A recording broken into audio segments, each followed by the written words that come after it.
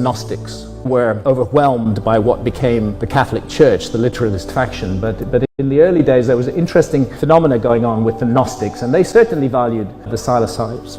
We know about the Gnostics, fortunately, because a group of Gnostics at a place called Nag Hammadi in Upper Egypt buried a library of their texts in the 400s, round about the time that they were suffering the worst persecution. And that Nag Hammadi library stayed buried until 1945. As a result of that discovery, we now can allow the Gnostics to speak for themselves. Previously, our knowledge of Gnosticism was based on the statements of those who had persecuted the Gnostics, so highly unreliable. The take-home message is that the entity who we have been taught to believe is God, the entity called Jehovah or Allah or Yahweh or God, was for the Gnostics the demiurge, a kind of demon. The movie The Usual Suspects said the greatest trick the devil ever played was to convince the world that he did not exist. The Gnostics would change that slightly and say the greatest trick the devil ever played would be to convince the world that he is God. He's the chief of the Archons, who are sort of evil angels that mingle with humanity and lead us onto paths that are hostile to the nature of the soul. And he's a malicious, egotistical, minor supernatural. He's jealous, he's angry, he tells Abraham to murder his own son. He's the ghastly creature. Actually, if you look at the statements and behavior of this entity in the Old Testament, and we're told that we are the creature who's going to dominate the world. There's all sorts of really horrible ideas in that miasma of texts, and sitting at the top of it is this thing which, from the Gnostic point of view, wasn't God at all. I realize that this is very disturbing to those who are committed to the Christian message. Who's the bad guy in the Garden of Eden story? The serpent. Okay? He goes to Adam and Eve, he goes to Eve, and he says, you have to have knowledge of good and evil. You've got to eat from the tree of knowledge of good and evil. And that's portrayed as a terrible thing that he did. And it's the fall of man, supposedly the fall of man. From the Gnostic point of view, the serpent is the hero of the story. The serpent is the good guy because, from the Gnostic point of view, knowledge of good and evil is essential for the progress of the soul. If we live in a farmed, protected universe where we're just these kind of meat robots without any consciousness, and we don't know any difference between good and evil, and we can't make any choices, how can we possibly grow? How can we possibly develop? We live in a university of duality. I'm not saying, that's a phrase used by a friend of mine, I'm not saying that duality is all there is, but the suggestion is that on this plane of existence, duality has lessons to teach us, and that's what good and evil are about. So it's fascinating when we look at the Gnostic image of the tree of life that it's a psychedelic mushroom. Not a tree, but a visionary agent. When we look at the whole Garden of Eden story, we can see that the serpent is a therianthrope, almost always depicted as a human-headed serpent. So, for eating of the tree of knowledge of good and evil, Adam and Eve are driven out of the garden in humiliating ways, beaten about the bottom with the edge of swords. Angels are posted at the edges of the garden to keep them out, lest they find their way to the tree of life. We've been taught, taking it in with our mother's milk, since childhood, that this is right, this is the right thing. But actually, what is going on here? Here is the learning of the knowledge of good and evil leads to the expulsion from the garden. What kind of God is that? Same goes with the flood.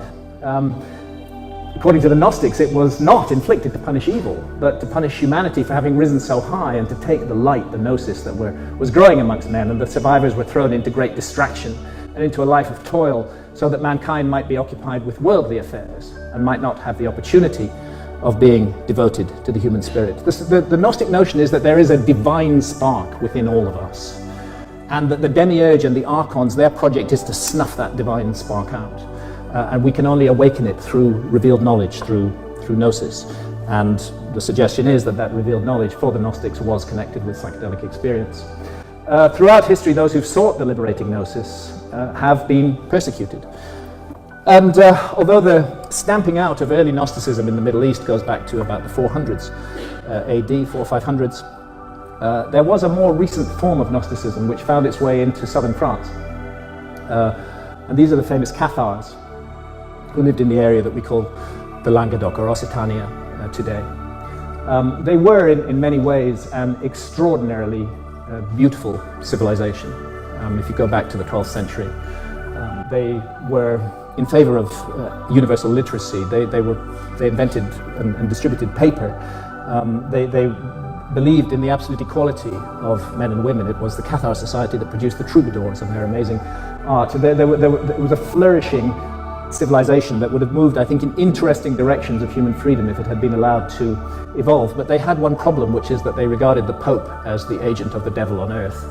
And that was a very dangerous thing to do in the 12th century. And as a result, a crusade was declared against them. It was called the Albigensian Crusades, named after the town of Albi, one of the Cathar towns. And really terrible things happened. This army came down from northern France, seething with harm and anger, and they entered into the Cathar lands and they just murdered everybody.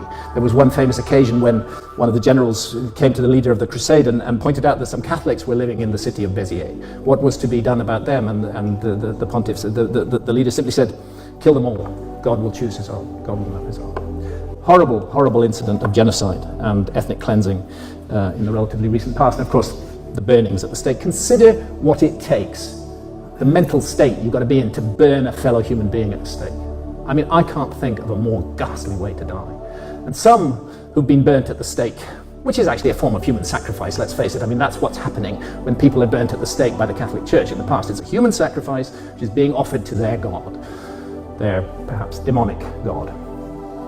It's a ghastly, ghastly death. So if you're going to inflict that on the human being, another human being, what is going on in your mind that you would actually do that? And it was done cheerfully, and in huge numbers. The Cathars were burnt at the stake, their books that were destroyed, utter destruction.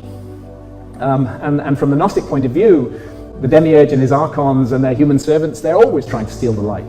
And they're certainly doing so today. And if there's light growing, and I think it is, then we can be sure that tremendous archonic forces are working to suppress it. And if we take the hypothesis that the Gnostic scenario is correct, just for the sake of argument, then how might we expect these forces to manifest? Well, like this. The priests, the rabbis, the mullahs of the three Abrahamic faiths, those three faiths that have been responsible for so much horror in the world over the last 2,000 years, are still at it. They're still the jealous intermediaries who impose themselves between us and the divine, who do not want us to have direct contact with the realm of spirit, and who I would say have been systematically misguiding humanity and are at the source of the terrible problems that we confront in the world today. The Gnostics would say, don't look at what they say, look at what they do. Because they all talk the talk of peace and love and harmony, but the walk they walk is often very different. Women are still being stoned to death in Islamic societies today. For what? Being unfaithful to their husbands? What? And in the name of God? This is obviously insane. It's completely insane. It's only early 1700s was the last burning at the stake, and we know the ongoing problems of the Catholic Church. The mass murder recently of the minority Yazidis in Iraq by Islamic State. The Yazid religion has its roots in ancient Gnosticism. We all saw this story. I would say, I hate the fact it calls itself Isis, after a wonderful ancient Egyptian goddess, but I would say it's just another Abrahamic death cult. There's plenty of them. They've been littering the human story for a very long time. It's just the latest example of another Abrahamic death cult. And then another archonic force is the state itself, which takes our money and our power and turns it into bureaucracies, which then control us and claim that they are acting in our interests and running our lives. That's basically depriving us of the right to responsibility, to making responsible choices as adults. That's what the state constantly militates against.